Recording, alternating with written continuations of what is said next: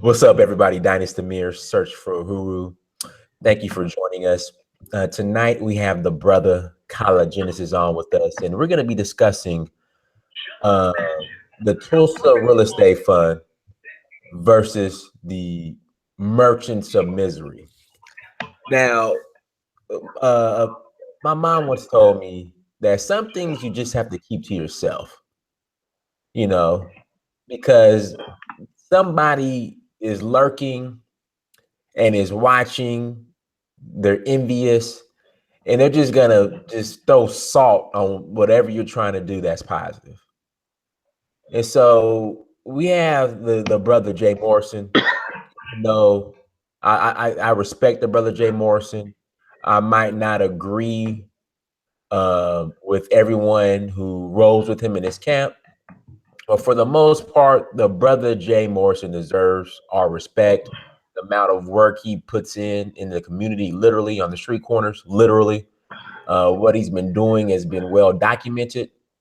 So the brother deserves our respect, our attention, and our support. I'll say that. But with everything that he's done, him proving how credible he is, again, I respect Jay. Maybe some people in his camp I don't, but still, Jay, I highly respect. You have people who are knocking his venture, the Tulsa Real Estate Fund, something that he's been working on for a long time. And we're going to call them merchants of misery. The reason why we're going to call them merchants of misery is because they have a track record, a documented track record of just criticizing and flat out hating and throwing salt on just about anything that just a black person does that involves money. You know, of course, you have your scams out there, but there are a lot of people out there who have a proven track record, who are credible, okay, that, for some reason, these merchants of misery come out of the shadows and just immediately start hating on. I mean, how do you feel about that, Colin? I agree with you one. Oh, here we go. The echo. Okay, let me put myself on mute. Okay, I agree with that 100%. Why? Because as with all things, like with the Black Panther movie came out, right? I had a brother who, if you don't believe me when we talk about, this is going to set the show up, right? Let me get off topic, but I'm going to get to that in a second. But so let me find this clown. The name is, and these people now, just because you have a Muslim name, just because you say Hotep and all stuff like that, do not mean that you're not a misery merchant, you're a clown. The Black America is full with gurus who hate, and all they want to do is pull people down. It's to the point where there's a lot of people who want to do well in our community, who want to help, who got good ideas, are scared of getting out there because they fear character assassination. You understand what I'm saying, Dynasty? They fear character assassination. They fear somebody scrutinizing them and stuff like that. And one of the reasons why I never took any money in the BI, we don't take any money, is because we don't want that charge level against us. You know what I'm saying? Because we know exactly taking the money. Y'all living good and this and the other thing. No, all of us in the BIO, we own businesses, have good jobs, careers, and everything like that. And we do this in our spare time. And we've done a lot. We're one of the only groups out here that has their own social network platform that we pay for. We don't just use free stuff like Instagram and Facebook. We have our own independent social network site that we're building. Okay, we had it now for 4 years. Point is, I'm trying to bring is this: there's a thing called misery merchants. Okay, what is a misery merchant? A misery merchant is somebody who just sells you misery, and you don't even know. And we always show them as leaders. They're not trying to lead you. They don't care about you. All they want to do is bring your spirits down. Put doubt in your minds. You can't do it.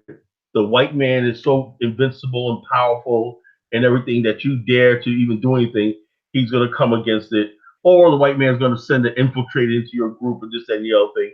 Or the white man's going to change the game and say one plus one equals 5. Right. The white man is Thanos. The white man is Thanos. The white man's Thanos. He has all this intrinsic power, And so therefore, what that does is you say to yourself, well, I'm not gonna do anything because I got no responsibility because the white man has all the power. And so therefore, only thing I could do is listen to Joe Blow Misery Merchant, right?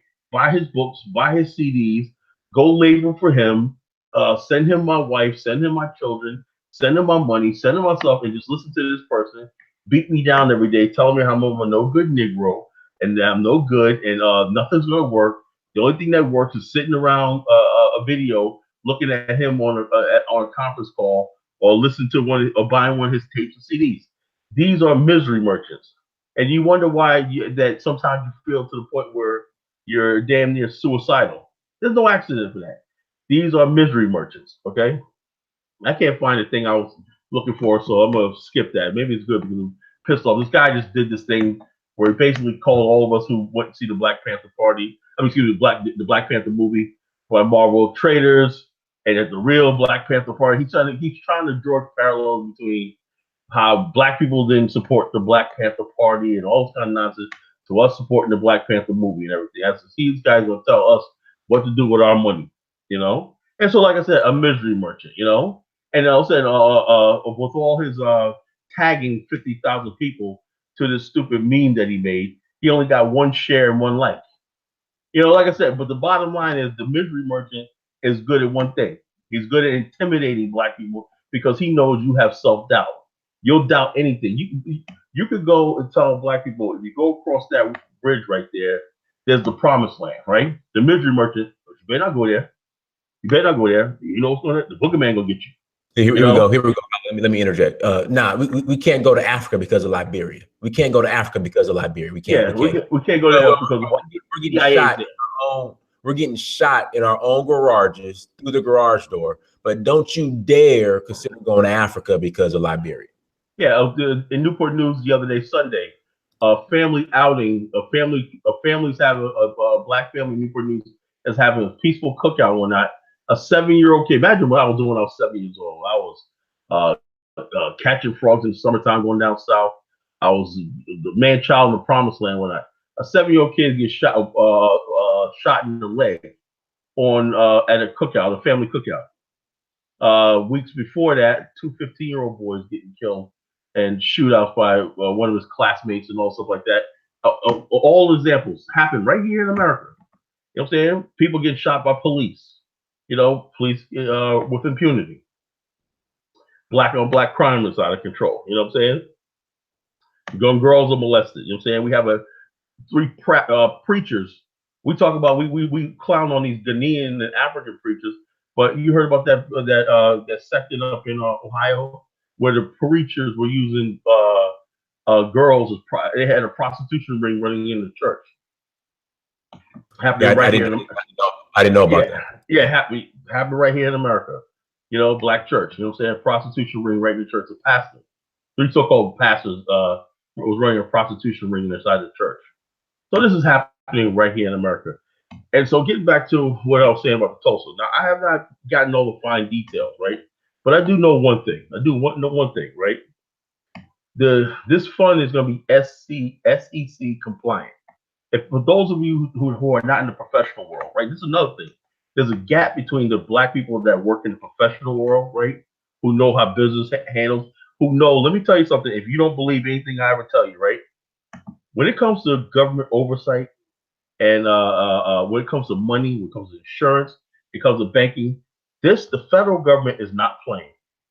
They're not playing with you. You know what I'm saying? They are not playing with that. They do not play with stock fraud and insurance fraud and securities fraud. That will land you in the jail in the hundreds of years. You know what I'm saying? They are not playing. And they're always probing for money laundering and all these other kind of things. Okay? So when you have something that's SEC compliant, right? All you have to do basically is make sure that everything is on the up and up because they have certain things. A question was asked a couple of years ago. Is it safe to put your money into a black bank?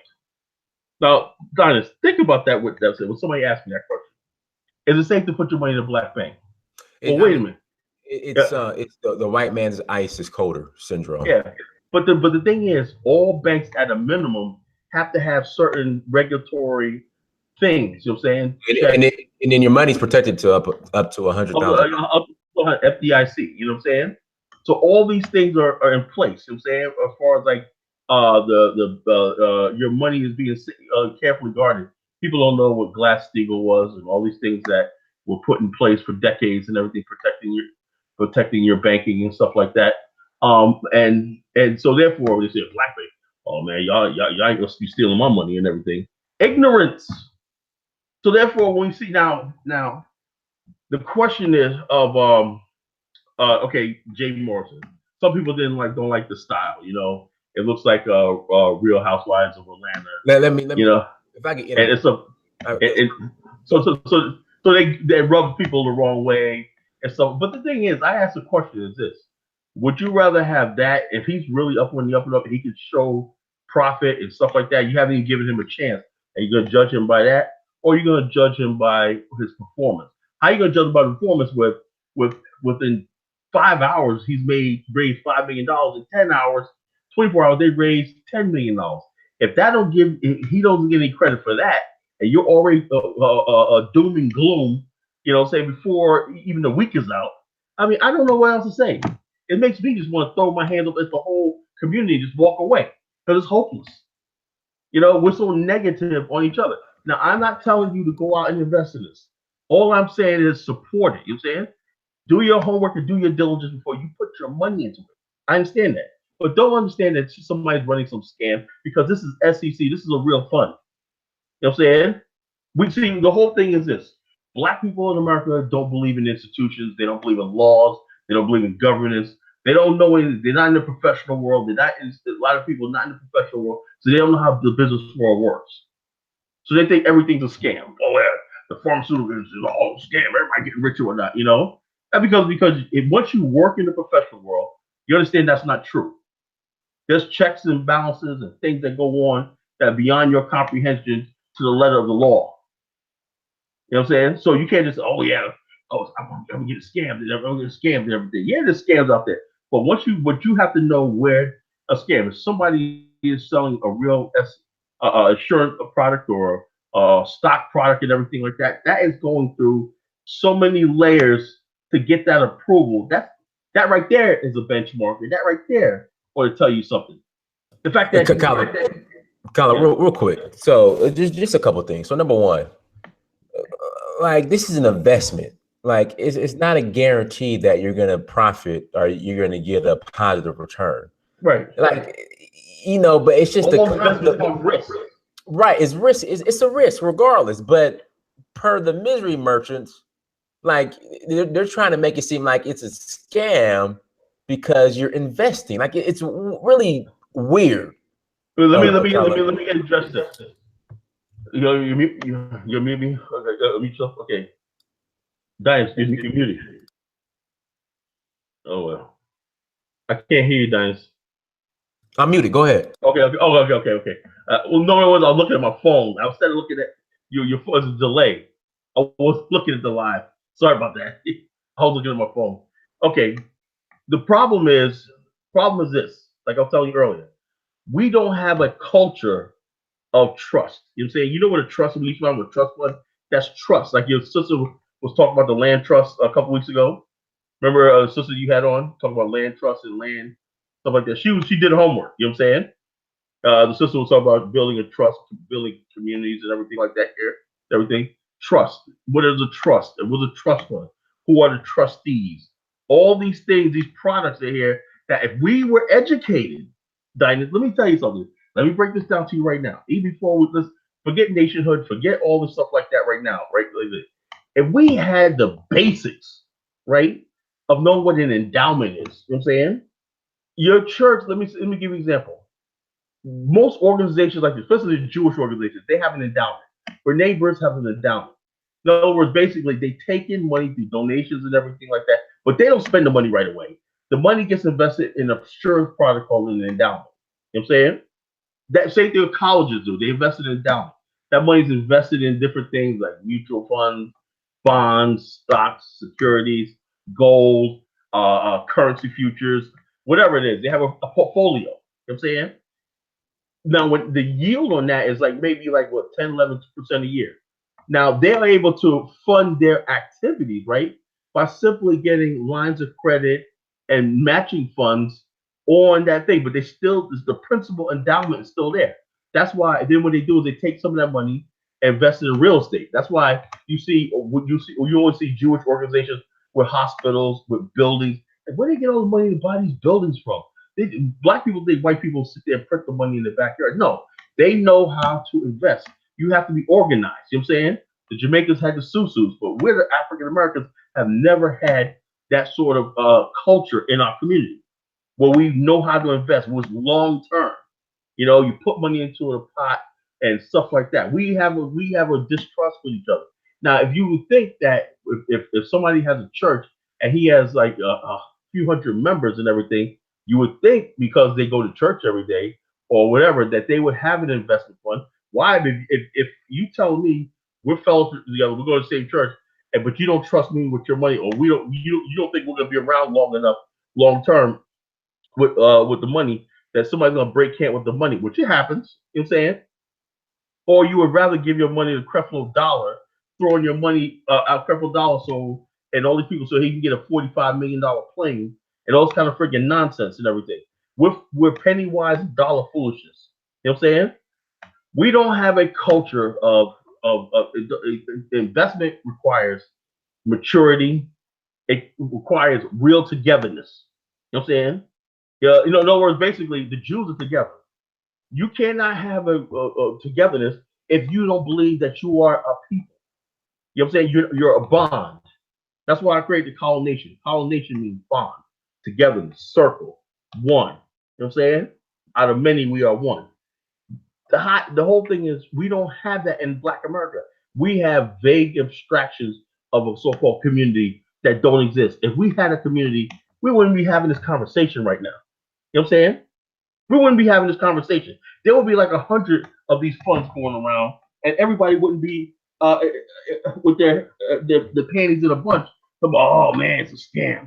Oh man, he's taking our money. Oh man, we're gonna do all this stuff. Oh, I don't know. I don't trust it, man. Yeah, real estate's a scam. Blah blah blah. Before the people even got a chance to raise the benchmark of money of $100 million so they can start doing what they're gonna do everything. We already condemned them as a scam. We got to super vet these people. Blah blah blah blah blah. And that's what I'm getting really sick and tired of. You know what I'm saying? Yeah, Callum. So let's talk about prison reform, and I'm gonna tell you where I'm going with this. Right. So the misery merchants were bringing up Mr. Morrison's past, right? Mm-hmm. Well, I didn't even know that. Right, but the same misery merchants, right, will complain about there's not enough prison reform, how there aren't any programs for newly released Oh, it's hypocrisy. I'm gonna give you a better one. But all of a sudden now with Jay, his past, they need to bring up his past. Okay. But I'll match you another one. I'll match you another one. President Donald John Trump pardoned what's her name, the lady from Alabama who was serving a draconian life sentence on some drug charges, whatever, like, which is ridiculous, right?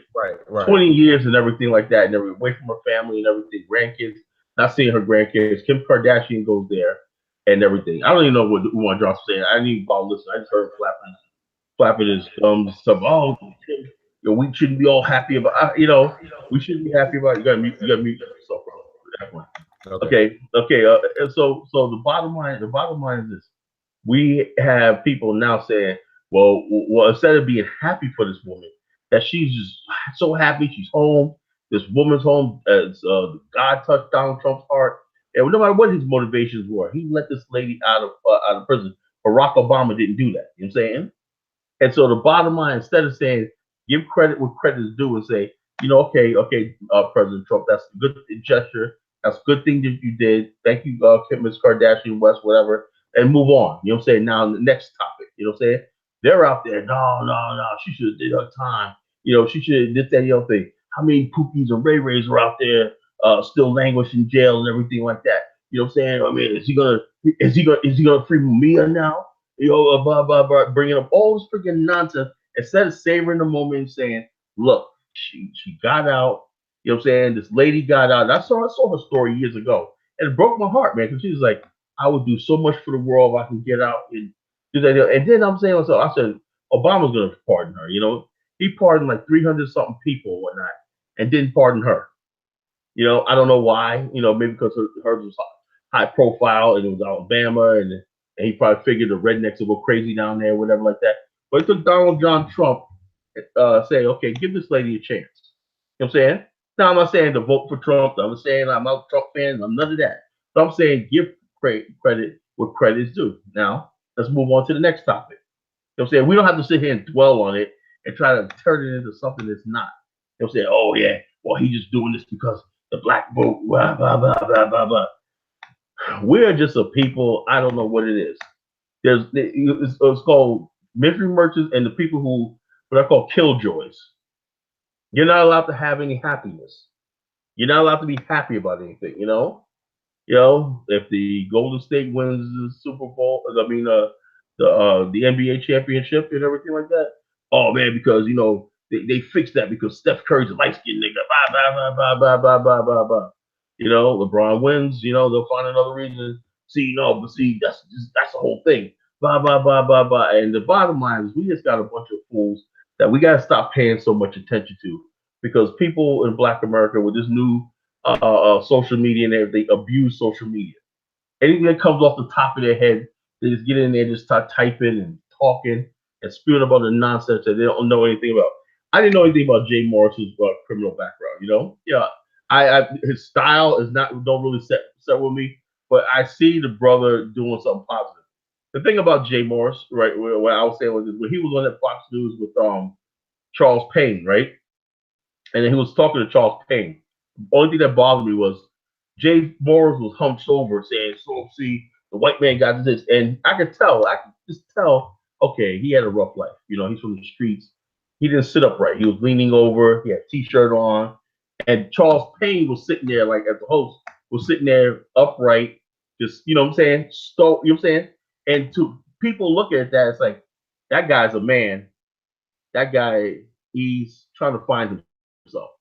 That's what I got from Jay Morris when I saw him. I said, he didn't look like it. And when you on the interview on TV and millions of people watching you, you put your best face forward and you look like a man. You say you look eye to eye. You'll say you never look away. You never talk away. You don't talk around in vague abstractions. Look and you present yourself. And then, saying when and like I said, maybe he just has a lot of learning to do. I'm saying? But if his heart is in the right place, his heart is in the right place. If he really wants to do something for the community, let's get behind the brother. You know what I'm saying? You know what I'm saying? The bottom line is this. And that's another thing. Black America generates $1.2 trillion. Why are we flipping over just this few $1,000,000 that he raised already? You know what I'm saying? I mean, I never understand it. Like I said that about Umar Johnson School. I said, who raised what? $500,000? I said, that's not a lot of money for you guys to be going to war over. You know what I'm saying? It's like, are we that down and out that we gotta sit there and every little nickel and dime somebody make we like that? I said, yeah, be good steward for people's money. But if we get to the point where if we say right now that we can't trust black people, say other black people at all, that we got to put them through some high vetting process that's so out of the whack and everything like that, we're never gonna get any place. Hey, Colin, not only a high vetting process, that's more stringent than the SEC. Yeah. So I mean, like, geez, you know what I'm saying? God dang, man. Would you guys want to look at him when he's taking a freaking leak? You know what I'm saying? And see what side of the freaking toilet he pisses on? I don't mean to gross anybody else, but god dang, man. I mean, I'm saying it. And I asked the question this, and I'm gonna ask this to do. How many of you here, somebody said, yeah, I saw Omar Black said, I saw an interview with Payne and Jay, call you correct on that. Of course, I know how to read people. I know how to read body language. I'm expert reading body language. I can tell when I'm talking to a real man, when I'm talking to somebody that's a boy that's trying to find his way in life. You know what I'm saying? Charles Payne looked like a man in that interview. Jay didn't look like a man. You know what I'm saying? He was like a little kid. You know what I'm saying? He was like he was talking to a man. When you talk to a man, you're talking business. You look a man eye to eye. You come with your suit on, and you look like a man. That's the way my father taught me. You know what I'm saying? You look like a man. You shake a man, you give him a firm handshake. You look him in his eye, and the person knows you're serious about business and what you're saying. What point is this? Lost my train of thought. What was I gonna say? Uh, well, anyway, lost my train of thought. I'm going on these tangents. I got to start writing notes. So Well, let's deal with the criticism over the photo shoots. Allegedly he looked like he was shooting a cover for R&B. well, For R&B record. let's get it like this. Black people are so hypocritical when it comes to this, right? We got a movie coming out, and the midst of Black Panther, midst of the Pan African phrase and everything, with Wakanda and everything, I thought it was a joke, but you got a movie coming out called Superfly. You know what I'm saying? Drug dealing and murdering. You got people, I'm going to see it. Superfly, a remake of Superfly. Drug dealing, black on black crime, all the negativity and everything like that is going to be rehashed. You know what I'm saying? Real Housewives of Atlanta, Real Housewives of this, Love and Hip Hop and everything. The TV show How Power's about to re-premiere. You got Empire, all this kind of nonsense that we support day and night. You know what I'm saying? That's the majority of Black America, which people feed us and we buy it, right? So if he's gonna say, "Look, I'm gonna build a real estate empire," why wouldn't he try to be like that? What's the guy's name on Empire? With Terrence Howard. Well, I don't know if I forgot his name, Julius, or whatever his name is on Empire, whatever. Why wouldn't he want to put that image where that's his target audience? You know what I'm saying? His target audience really do believe they can have the capability of rebuilding the hood. People always say, we got to invest in the hood, right? This is what I always hear. You know what I'm saying? We need the funds for the hood. Hey, real quick, can we speak on? Can you speak on? Since you're speaking on rebuilding the hood, rebuilding the hood and handling this destructive killer clown, killer Sambo ism that's running around in the hood that we're trying to rebuild, and how that could be major speed. I don't want to be a misery merchant, right? I don't want to be a misery merchant, right? If some people really believe that if they had the money, they could rebuild a hood and Pookie and Ray would turn their lives around and everything to be happy ever after, You would have a bank on the corner of Pookie and Ray wanted to turn in their drug dealing and gun selling and slinging. And they can go down there, get a loan, and open up a bean pie parlor. Or, Boomquisha can get her a license to open up her braiding salon and stuff like that. You know what I'm saying? Uncle Rufus, you know what I'm saying? He could bring up watermelons from the South and sell them on the street corner and everything like that, I mean, people have dreams, man. I'm not gonna be the one to kill people's dreams. You know what I'm saying? People have dreams about the hood. You know what I'm saying? They really do believe they're gonna think. And I always said, remember we talked about Gary, Indiana? Those are beautiful streets. And look, you can look at a neighborhood and tell at one time this is. I could go to any neighborhood that you call a slum, and I can look at the streets. I look at the infrastructure, the telephone poles, the water pump system. Everything's still there. Most things that most third world countries don't have, right? The worst slum in America has basic infrastructure, right? Basic first world infrastructure, right? But you need one thing. You need people. You need productive people. Did you see that thing where we talking about that? We got towns who are offering people $15,000 to move there and in stuff Vermont, like that. Yeah, all over the world, there are towns that they have the land, they have the infrastructure, but you need what? People. You know what I'm saying? Right now, there's two things going on. There's no place to put the unproductive people in the world. The people who don't have any special skills, who don't have any savings, don't have any wealth, don't have a family structure, who are not going to work and everything. There's no place to put them. But yet there's too many places that there's a shortage of places, opportunities for. There's plenty of opportunities for people who have skills, but there's a shortage of people with knowledge. You know what I'm saying? Why do you think people are looking overseas now? And let me give you an example. I sell healthcare for a living, right? When I sell a healthcare system to somebody, I gotta find a provider doctor, right, for them, right? Specialists and everything. I can't even pronounce the doctors' names anymore in my portal because they're all foreigners. You know what I'm saying? There's a shortage of doctors worldwide. Most doctors, you don't know where they're from. They're from all of India, Pakistan, Philippines, whatever like that. There's a shortage of doctors, right? The richest countries are getting the best minds. You know what I'm saying? Now, how are you going to? Now, I'm not trying to be a killjoy. I want them to do the real estate fund, everything like that. But what type of people are you going to build this community? You know what I'm saying? You know what I'm saying? Are you going to bring white people in? You know what I'm saying? Because there's definitely a shortage of black doctors if they're not existed. They said there's only like what? How many black doctors in America? A few thousand in all of the United States. African American doctors, in America. We need engineers. You need people with high incomes, high skills as role models. You know what I'm saying? And to lay the community down. You know what I'm saying? To stabilize the community. You need police. All that costs money. So how are you going to bring all these people in and build this community? You know what I'm saying? People are not going to invest in and move to your community if they're going to get carjacked and shot coming home from work at night.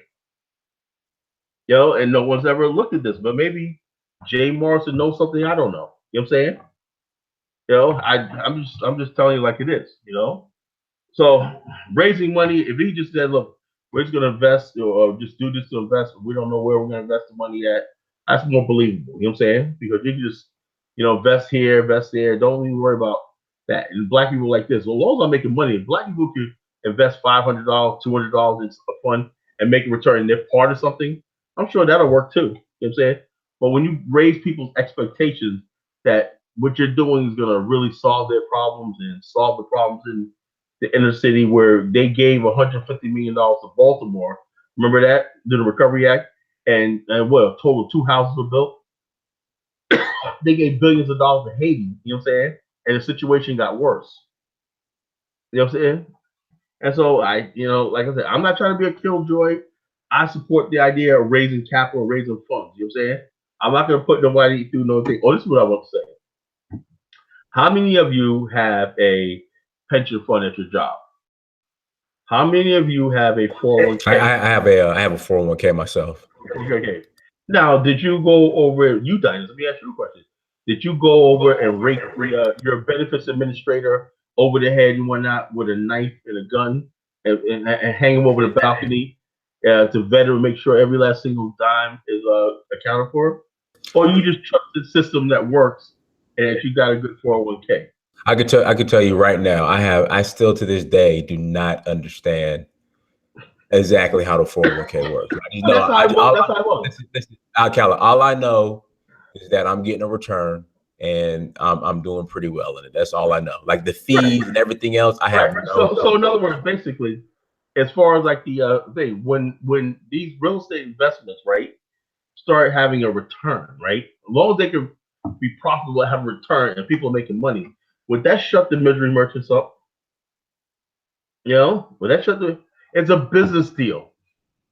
Of course, it's a this is what's gonna happen, Cal. Say they get a return. All right, here come the misery merchants. All they gotta do is waste the money anyway. That's all they gotta do. All they gotta do is waste the money. I thought it was all about black people obtaining wealth and more money. I thought that's what it was. No, it's not. Let me give you an example. So one of the misery merchants, right? When Black Panther came out, yeah. So they were upset that a lot of, I would say, non-Black Americans got roles in the movie, right? They were upset about it. So my solution was, well, the Black Americans don't own Marvel.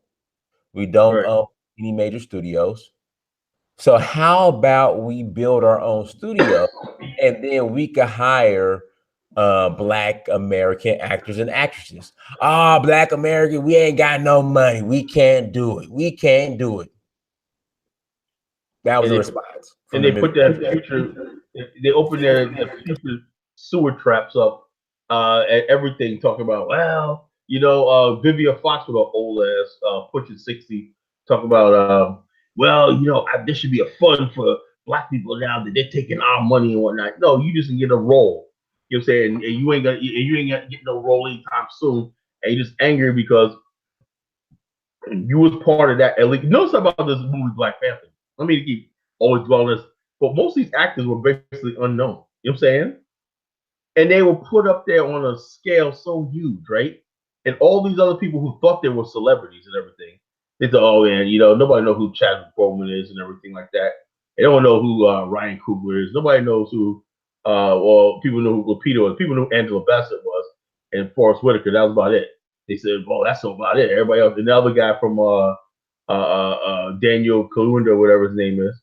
You know what I'm saying? They're like, oh, these are new actors. Nobody gonna like them. This and the other thing. They ain't got no light skinned people in there and whatnot. You know what I'm saying? There you go. So, man,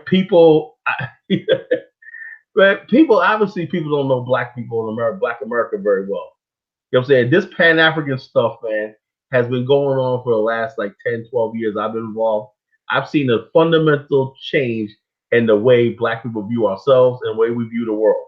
And the Pan African story was finally put out there for everybody to see. Yes, Black America is a Pan African nation. You know what I'm saying? Yes.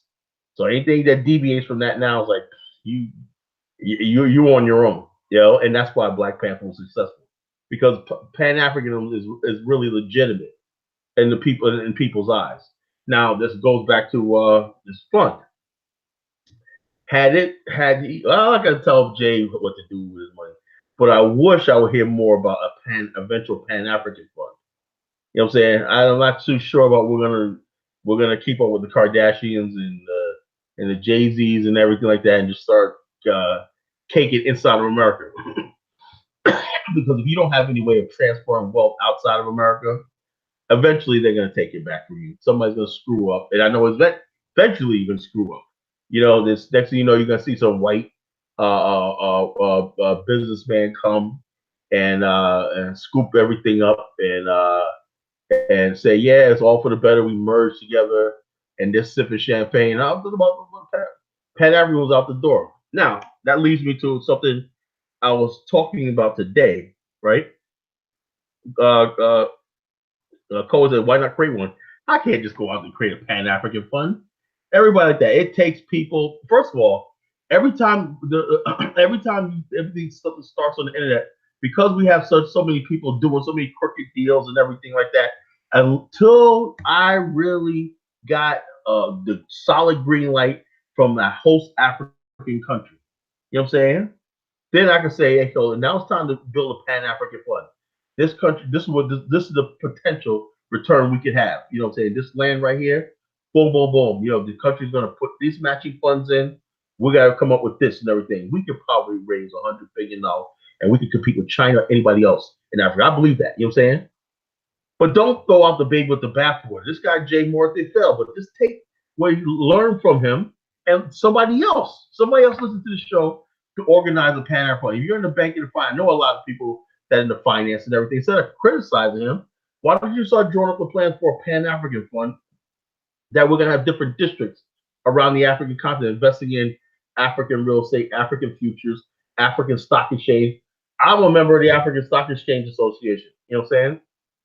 You know what I'm saying? What if we had more black people investment fund groups in African stock exchanges and everything, and everybody could go to their 401k, whatever like that, say, look, I want to put at least $3,000 a year or $500 a year into my African fund stock exchange and divide it up by like 10 different stock exchanges. That will give us leverage on whatever we want on the continent. This is high time we did this.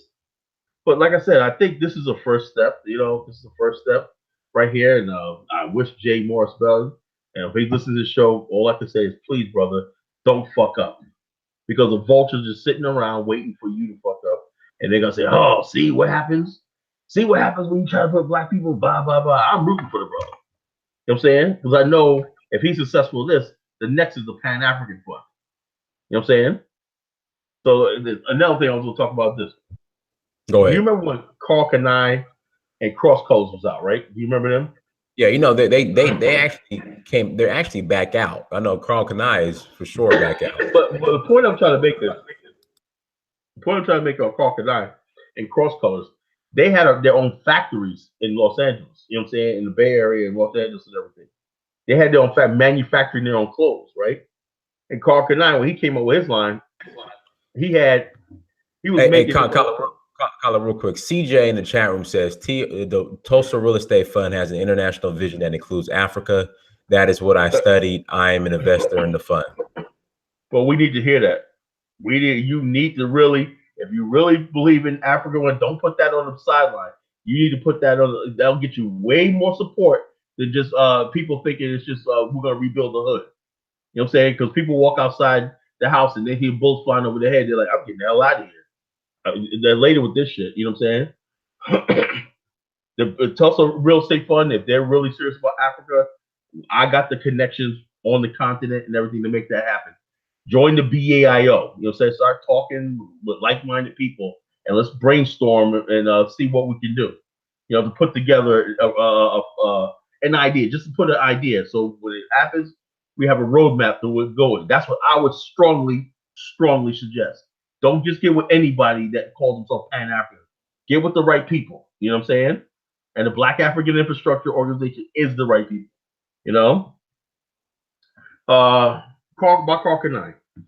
So Carl Kanai, I remember when he said, look, he had made all these designs and everything like that. He had a warehouse full of product. He invested in textiles. He had designers and everything like that.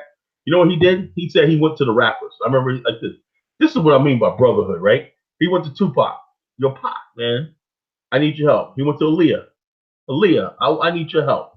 Baby girl, I need your help. You know, he called different people and said, like, I need your help.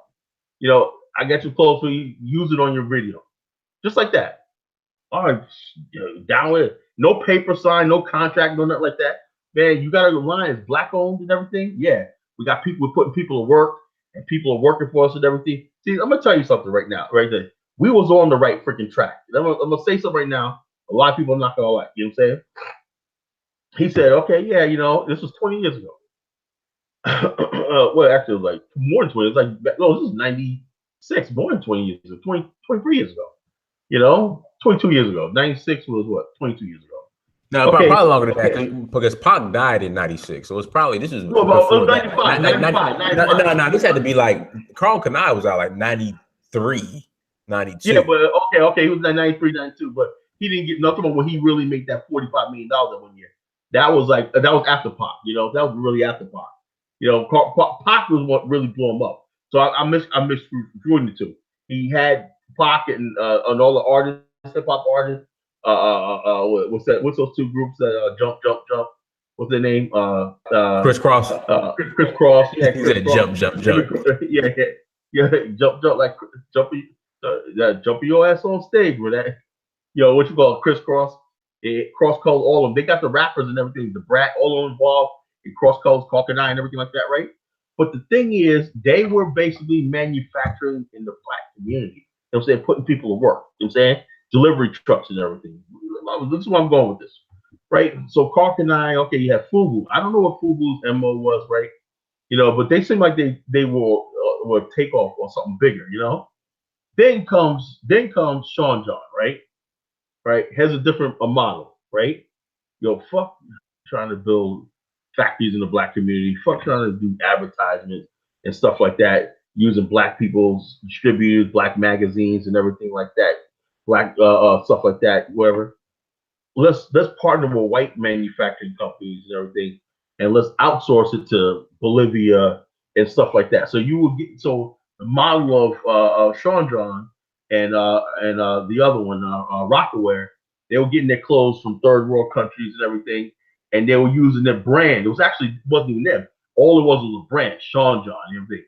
Somebody else is handling the manufacturing and everything. Oh, sure, he put his label and touch on it and everything like that, but someone else is handling the product and the distribution. You know what I'm saying? The production, where the textiles are being bought from, also like that. Carl Kanai wanted to eventually move into the textile industry. If you grow bigger, the ultimate goal of any manufacturing, right, is to move into textiles, right? Where you have your own textile mill. You know what I'm saying? Where you have several people that got like $50 million worth of textile they're gonna buy from you to manufacture their product a year. You can't get that if you basically are outsourcing. You know what I'm saying? So therefore, the model changed. Just like with Master P, he was basically doing his own thing, selling his own records and everything like that. And so the record companies came and said, you know something, we're gonna bring in Baby and Lil Wayne and all the what do you call it, Hot Boys, whatever. You know what I'm saying? And they basically instead of they gave you the same type of music, just like they gave you Sean John and they gave you Rockaway, right? But it wasn't the same liberate black sort of power structure like Master P, Carter Nine, all those things before. Now it's like, okay, it don't matter where it came from, or the black part of it don't mean nothing, as long as you wearing Rockaway, as long as you like this, that, and the other. You see what I'm talking? See where I'm going with this? You know, and they got white models and Jay-Z and all them sipping champagne with their white business partners and everything. Take it up. But Shaw, Cork and I and all them, that was a black thing. You know, I'm one of the distributors for Cork and I in Virginia. You know what I'm saying? You know what I'm saying? So, yo, look, basically, you got 15 grand and whatnot. You know what I'm saying? You own like 4 stores, whatever like that. You know, boom, they'll front you the product, you know, on consignment, blah, blah, blah, blah, and these will sell out. You know what I'm saying? Especially when a rap video comes on and it's like that, they couldn't keep the stuff on the shelf. You know what I'm saying? So why did 20 something years later we still haven't replaced that sort of model? You know what I'm saying? Now because of that, the whole black fashion industry is dead. Is there any other black fashion industry product out here now? No one even looks for that no more. What started with Cork and I was the black HBCUs. You know what I'm saying? Remember the hoodies and everything, the black colleges and everything. That's what started it all. You know what I'm saying? Black people put their own HBCUs on hoodies and everything and sell them at colleges. Now, I want to say this: that company college is back now. It's called AACA, African American College. In fact, I have some sweatpants. No, they're coming back. That's good. They're back. That's good news. They came back.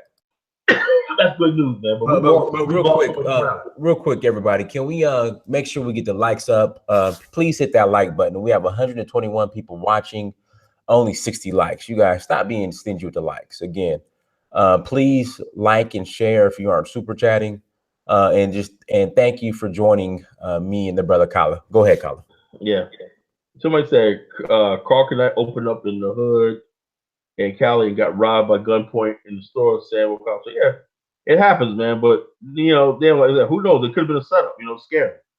You know what I'm saying? It could have been a setup to scare him, you know. But that's like you said. Yeah, if black people didn't have to deal with violence and all the stuff like that by the enemy within, like I said, we gotta do a show called The Enemy Within. You know what I'm saying? The outright enemy within. You know what I'm saying? We have to start seeing these people that rob people, kill people, and everything that we know you, and then you are now our enemy, public enemy number one. Just like white people got public enemy number one, you are black public enemy number one. You know what I'm saying? If you're gonna rob, steal, and tear down the quality of life of Black America and terrorize our people and everything on the streets and everything, you are not my brother. You are not our sister. As simple as that. I wish you hell. And I only wish you death and destruction. And that's the way I feel about it. You know, that's the way it is. So that's about that. About that, we got to rein in the misery merchants. Now, if somebody got legitimate criticism, like your boy, what's the boy in the video that you sent me? Oh, which video? The one that was criticizing Jay Morris. Oh, who Tone talks. He sounds like he was a misery merchant. Yeah, he was a misery merchant. You know what I'm saying? A misery merchant. You know, the whole thing is, and guess who? Him and his partner, Yvette Carnell. Yvette Carnell, you know? I wish somebody, something, I wish we could find a mulatto sanctuary association to take Yvette off our hands. You know what I'm saying? Please, people, if you're a mulatto out there and you guys got going to break away and form your own race and everything, I encourage you, please go away. You know what I'm saying? Stay out of our freaking life. You guys make our life miserable. You know what I'm saying? You guys don't like anything we do, everything. Please go out and form your own freaking race. You know what I'm saying? So let us real black people finally get in here and mop up and clean up and build Black America the way and build a nation for ourselves the way we're supposed to be building. Because we don't have, I really had enough. Somebody says she's not a mulatto. Yeah, she's a mulatto. You know what I'm saying? You know what I'm saying? She's a mulatto. She thinks like a mulatto. Oh, yeah. She has that big American flag. I got a picture of her with an American flag on. You know what I'm saying? It's like, I was American. You know what I'm saying? I was American. I was born and bred in this country. You know what I'm saying? Hey, lady, girl, get out of here. You know what I'm saying? But Lord Kyle, have but mercy. Kyle, but Kyle, I think she's not a mulatto from my understanding. I think both her parents are black, but she's just real light skinned. Oh Lord. Okay, I see. Oh Lord. So we're stuck with her, huh? Oh Lord. Darn. Dang. Dang, man. Dang. Can't get rid of Hey, her. Colleen, one thing I noticed, and I'll put this on there. Tone Talks and Yvette Carnell, you are more than welcome to come on if you guys want to. Whenever we people bring up, like Tone Talks was going after Jay Morrison. People were asking, hey, won't you have Jay on the show? Completely avoids the question. Same thing with Yvette Carnell. She was going after Claude Anderson. Hey, Yeah. won't you have Claude Anderson come on the show? Of Oh, course not. They I want ain't got you. to. I ain't got you. Why I do that? They want to do hit and run pieces. You know what I'm saying? Hit and run, doubt in people's minds. And all I say is this. All I say, this is what I will say to Yvette Carnell. Oh, I know Yvette Carnell don't have a 401k. She said she's broke. You know, she looks like one of those people that eat ramen noodles all day. We just ain't got. I got paid $20 to go see Black Panther. I guess. God dang, you can't afford treat yourself for a $20 outing. You that broke? You know what I'm saying? Lord, how black people spending $500. I mean, what is Rebecca Cardinal and black people's money? If people want to invest, right? If you got $500 to invest, that's your business. I see black people, you know, black people. And the whole thing about what makes her credible is that she goes around and telling everybody how poor black people are. See, you understand how misery merchants work. You have to be miserable. If you say, okay, I'm not miserable, but I want more. Being black is not being miserable. Me and my brother Dinus are brothers. You know what I'm saying? You know what I'm saying? We're brothers. We do this because we love our race, we love our people, and everything like that. You know what I'm saying? I'm not gonna wait until we get poor and broken down. Now it's time to be brotherhood and everything. You know what I'm saying? If you look at the BAIO, we all come from all different backgrounds and income levels and everything like that. I don't know what the next person has in the bank. Nobody knows what I have in the bank. But we all have different goals and everything, and we share our culture and our heritage, and we want a future together. It ain't always about being miserable, broke, and poor. You know what I'm saying? It's about being black. You know what I'm saying? When somebody doesn't have a real black identity like a vet does, obviously, you know what I'm saying? Only thing she knows about being black is being poor and miserable. And I think that's what it is. You know what I'm saying? Oh, we black folks, look, just go someplace already. Not every black person is goddamn poor.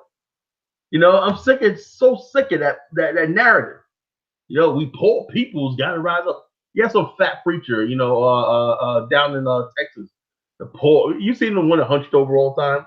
The Poor People's Campaign. You know what I'm saying? I'm like, dude, man, you awful big. You know what I'm saying? Hey, you haven't missed too many meals lately. You know what I'm saying? It's about the Poor People's Campaign and all this kind of stuff like that. You know, I've been to one of these poor or rally the poor marches, and I'm seeing people out there with $3,000 rims on their car and whatnot. You know what I'm saying? I'm seeing people with two and three cell phones.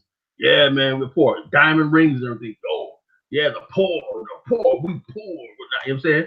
And let me tell you something. Let me tell you about the history about the poor. You know what I'm saying? Let me tell you about the history about the poor. There are people that are really poor in this world. Black America is not one of them. You know what I'm saying? No, we don't have the wealth like white people have. We're not poor. We never were poor. You know what I'm saying? We just don't have anything to sustain us. We don't have things like investments because we're ignorant. We're ignorant with our money.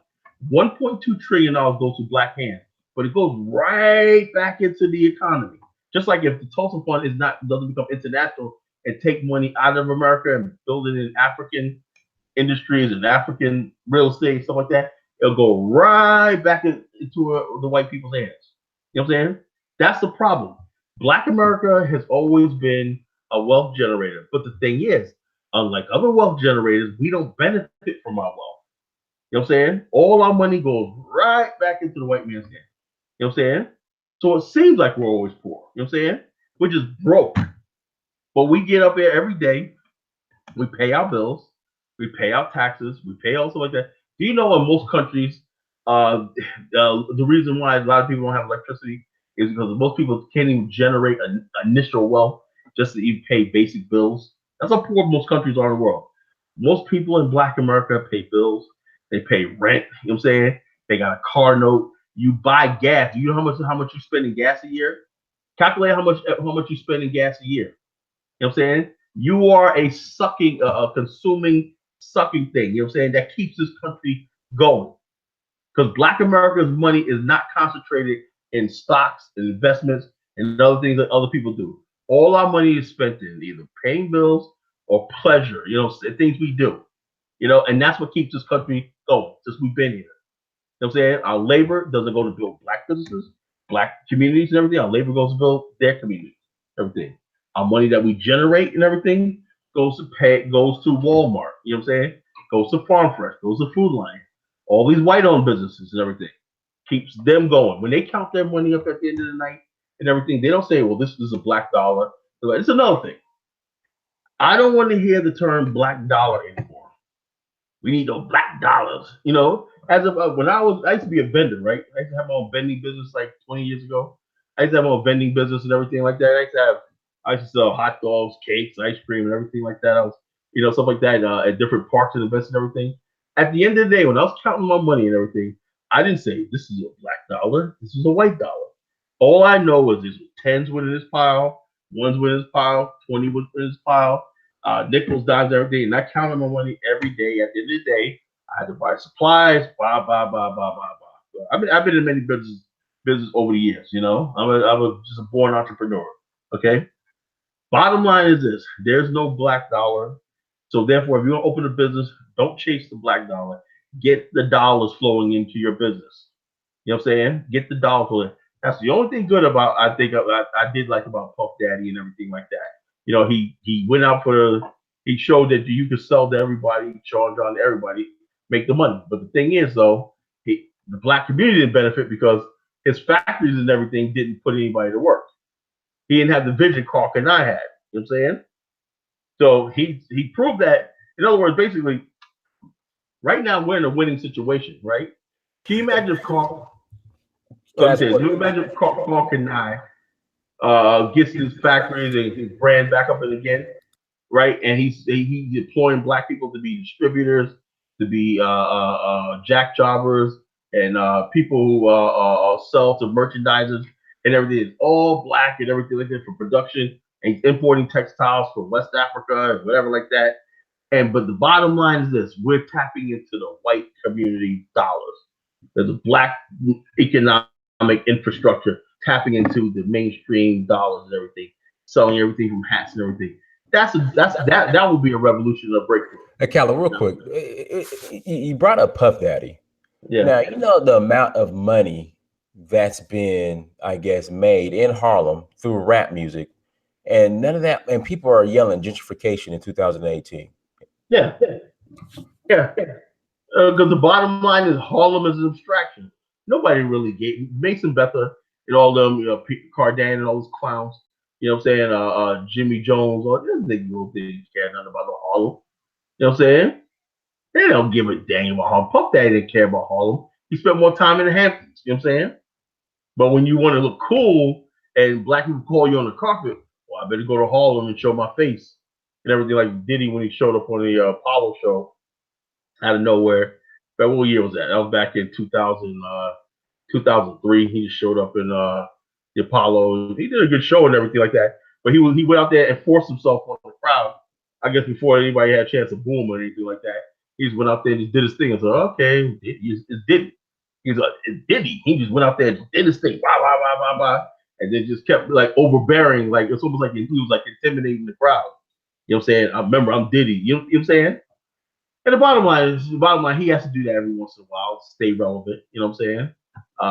You rest assured, if you had a Harlem Day, cultural day, whatever like that, if it was big enough, whatever like that, he would show up. Of course he would. You got to stay relevant. But as far as like gentrification of Harlem, it's a done deal. No, it's just a done deal. It's Harlem's prime real estate. You know what I'm saying? Harlem's prime real estate. I knew that when I was a kid, coming there.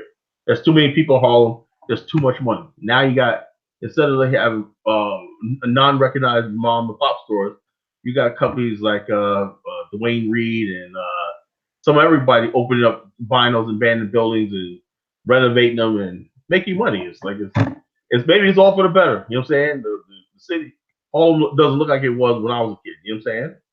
Harlem used to be like look like Lagos, Nigeria when I was a kid. You know what I'm saying?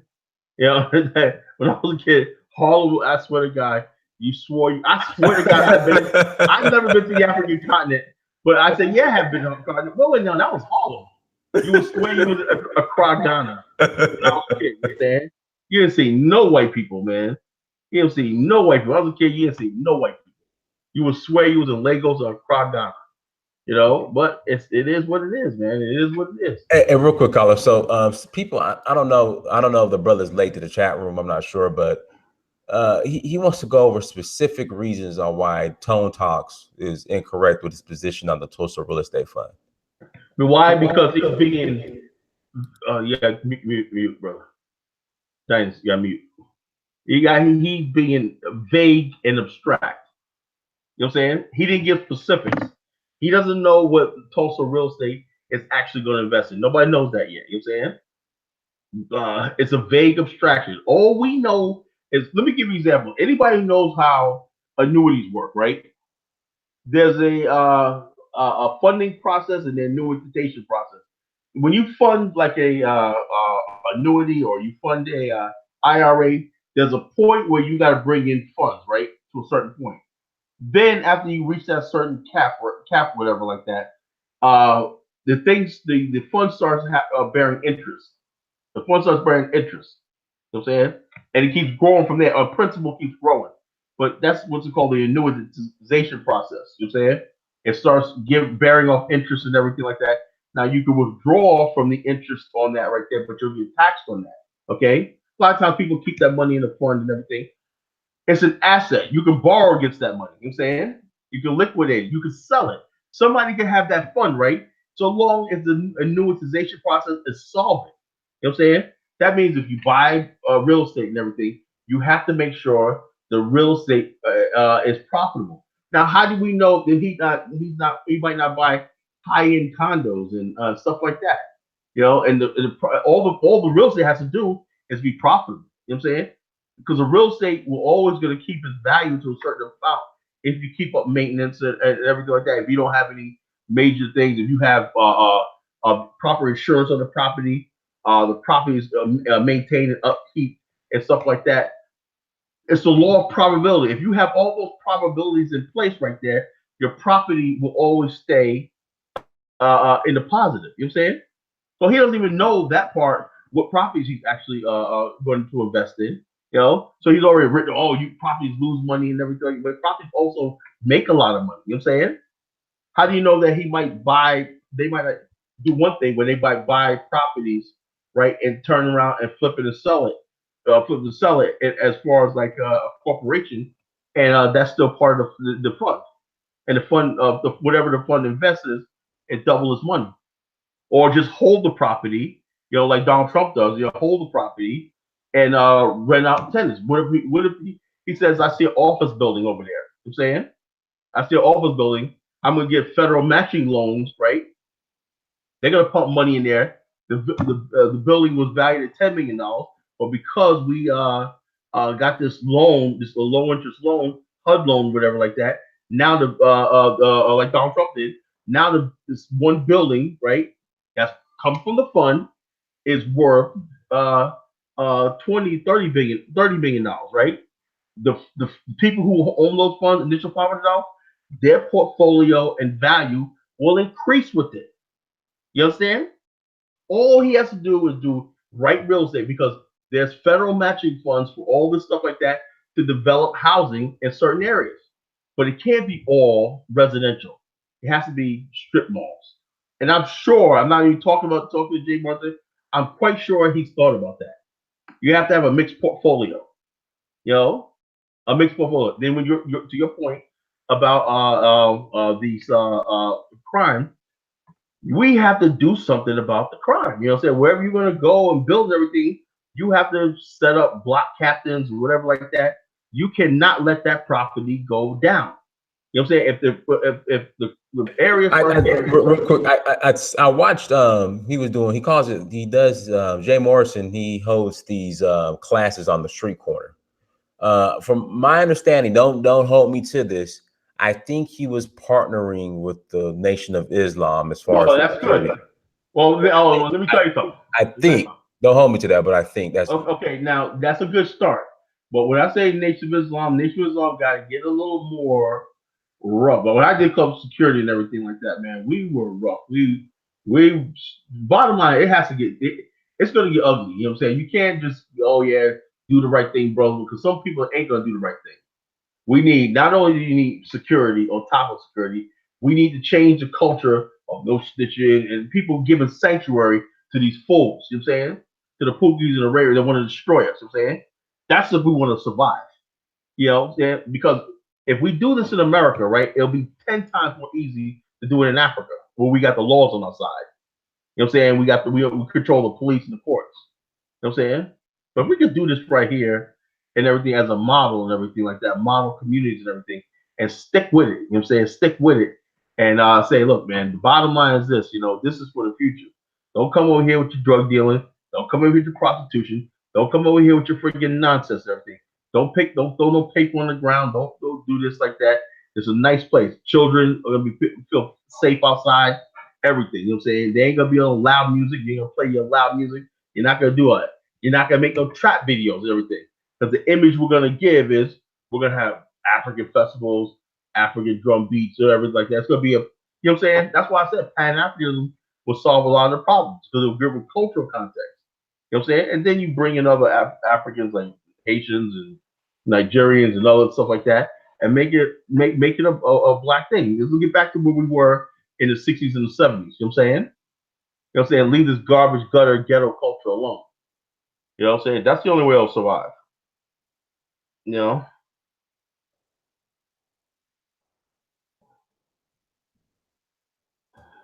all right. Let's see here. CJ says he's seeking to unite all of the fragmented groups in our community, and he views this fund as an economic vehicle that can benefit the diaspora. Well, that's a noble thing. No, the whole thing is let me say something. The most important thing, if you listen to me, CJ, is to make sure that your fund makes money. They'll say, don't worry about uniting all the friggin' fragmented community. That's a noble cause. You let Dynas and myself do stuff like that. You know what I'm saying? Which I never don't think the community is ever going to be united. You know what I'm saying? That's a vague abstraction. The main thing is to buy real estate, master the science of fundraising and building capital markets. You know what I'm saying? Capital funding so you can keep going building and growing forever. You know what I'm saying? Let's get to the point where we have billions in assets. You know what I'm saying? When we're able to raise billions and have billions in assets, we can. Do you know what that's going to do when you sit down with African governments and everything? They're going to give us the keys to the continent. You know what I'm saying? And that's when we win big. America is not the big prize. Africa's the prize right now. If you don't believe me, we need to do more shows, Dinah, on what's going on in the African continent. I really don't think people know. You know what I'm saying? The new hydro dam that's just been built is about to open in Ethiopia, the Blue Nile, about to cause a war with Egypt. You know what I'm saying? 20,000 megawatts of electricity. It's going to freaking bring electricity, cheap electricity to South Sudan. South Sudan is rated the most fertile place on earth, because of the origin of the Nile River, everything. Could be the breadbasket of the world. Food production, cotton production, could everything, the whole entire continent is poised for development, farming, agribusiness, and everything, manufacturing, all these things, because of infrastructure projects that are being built around the continent with the Chinese and everybody else. We have to get our piece and get on the continent and get involved. You know what I'm saying? You know what I'm saying? That's how we grow. That's how we grow. We can't put all our eggs in one basket. We can't put all eggs in one basket in America. We have people on the ground in Africa. We have people doing that. I'm privy to a lot of stuff that I don't reveal on the air and stuff like that. But the bottom line is they're waiting for Black America to come up with their part. We're there, this, that, thing. But, the Black people in Africa, African Americans in Africa are not really, they're not united. You know what I'm saying? They don't really, you have African venture partners in South Africa doing $1 billion deals, and Eugene Jackson in South Africa doing multi-million-dollar deals. But that's about it. You got a couple other people and everything, but we don't have any investment groups on the continent, and that's a freaking shame.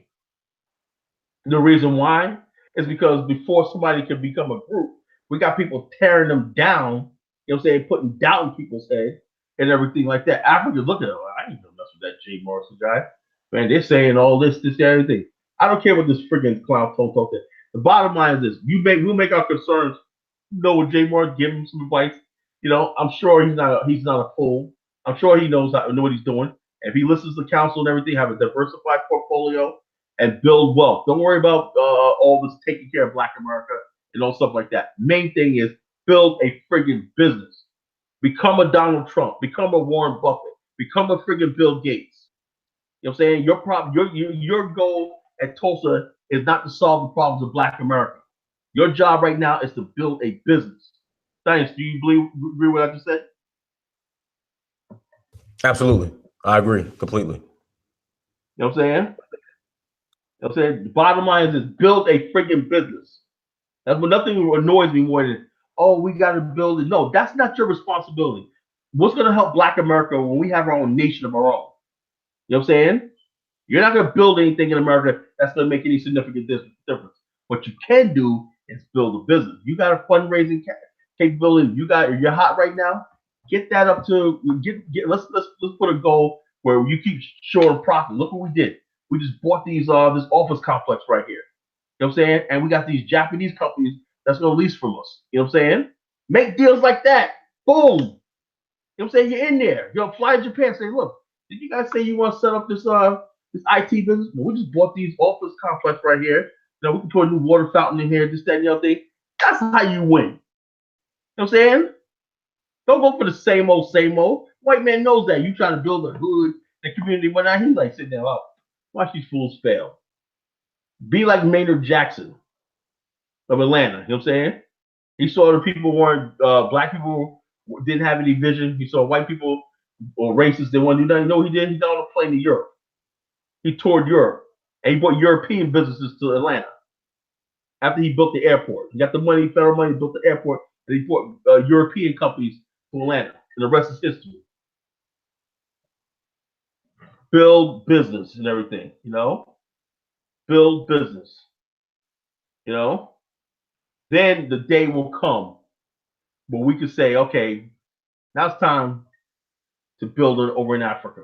You know what I'm saying? Now's the time to build over in the continent. We don't need people, trying to, oh well, we're gonna build. Look, master the science of creating billionaires, creating Black millionaires.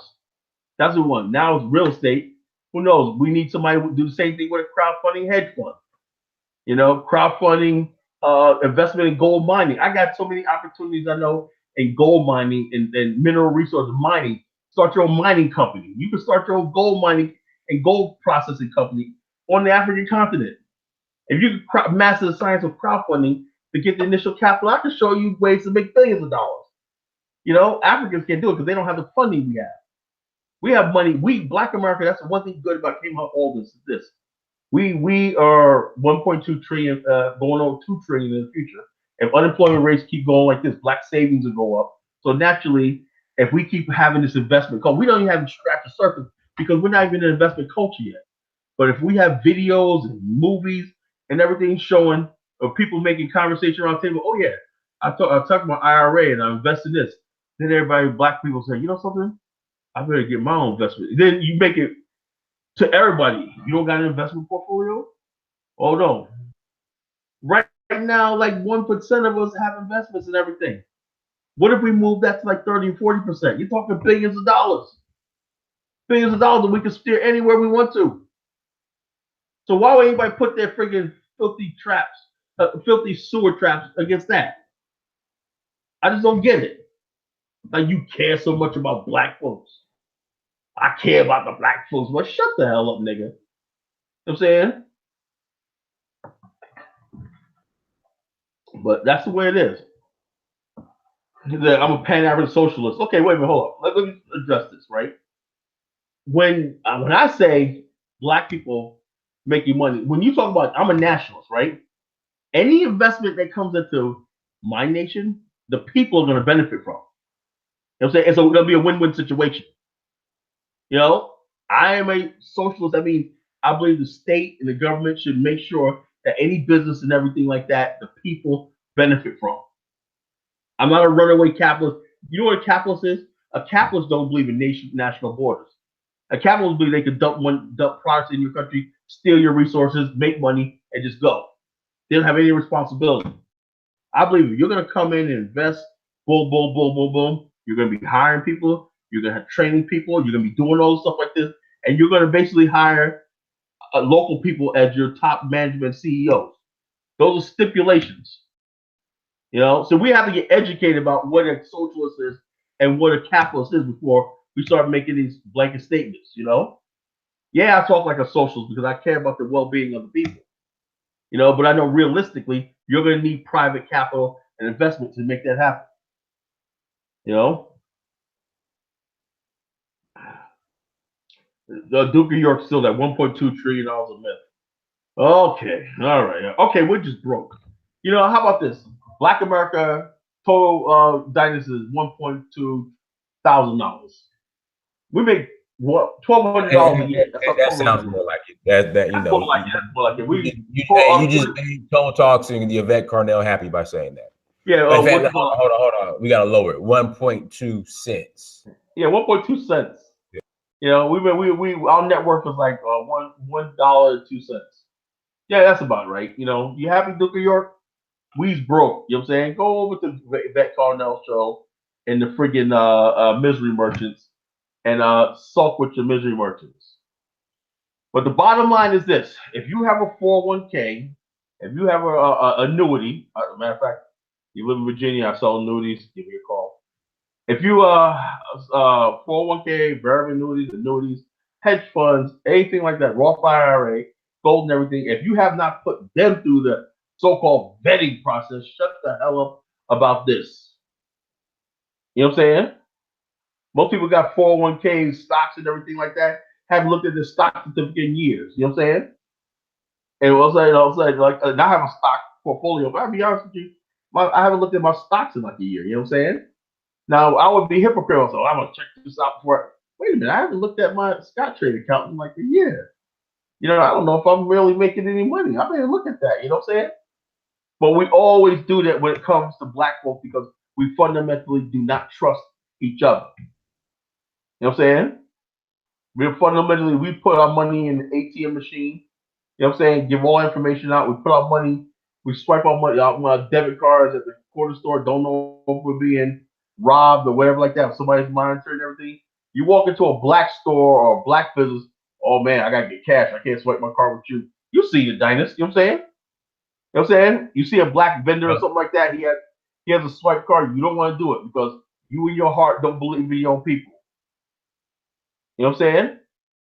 We have to get out of that. You know what I'm saying? Either we're gonna be together and be a people and trust each other. We're like, oh, we just forget the whole thing. Well, Callie, what we'll do, man, we'll go ahead and close out. Anything else you want to share in closing?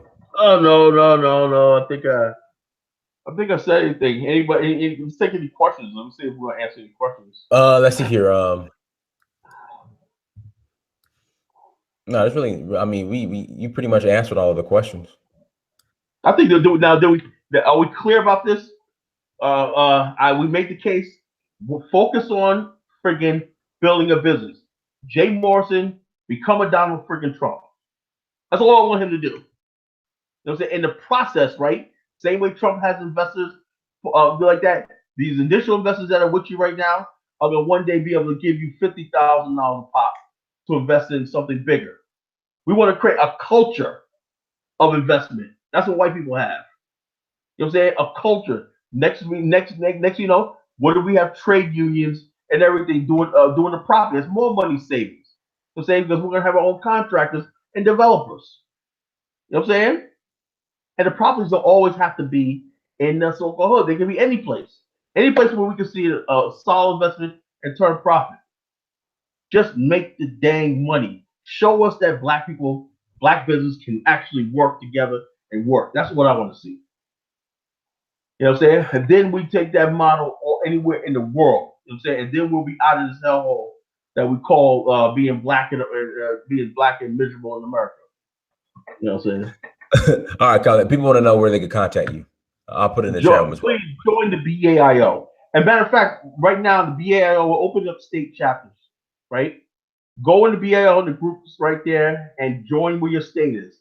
You know what I'm saying? Join the state chapter group and emblem and everything with the state, your state that you live in. If there's not a state created, we'll create you one. Create you one. And then what we're going to start doing is having each state have conference calls with each other, local meet and greets, link up with different STEM groups, investment groups, and everything, and tie this all into nationwide into the BAL ideology. You know what I'm saying? BAL is a big tech for everybody. You know what I'm saying? The BAIO, africstan.ning.com. You know what I'm saying? That's where we meet at.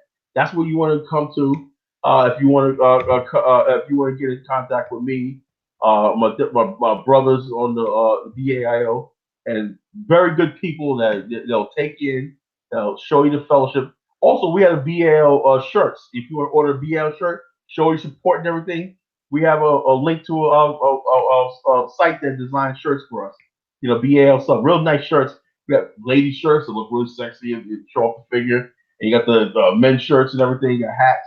We got mugs. We got keychains, everything. BAL keychains, mugs, everything like that. So the whole idea, we want to start basically having meetings, local meeting greets, brainstorming once a week and everything. So we're all on the same page. These shows are good, but we really need to be offline, talking day and night, say on Skype and everything, about brainstorming about how we can put this all together. I think we all want to move in the same direction, but we need to really start talking with each other more.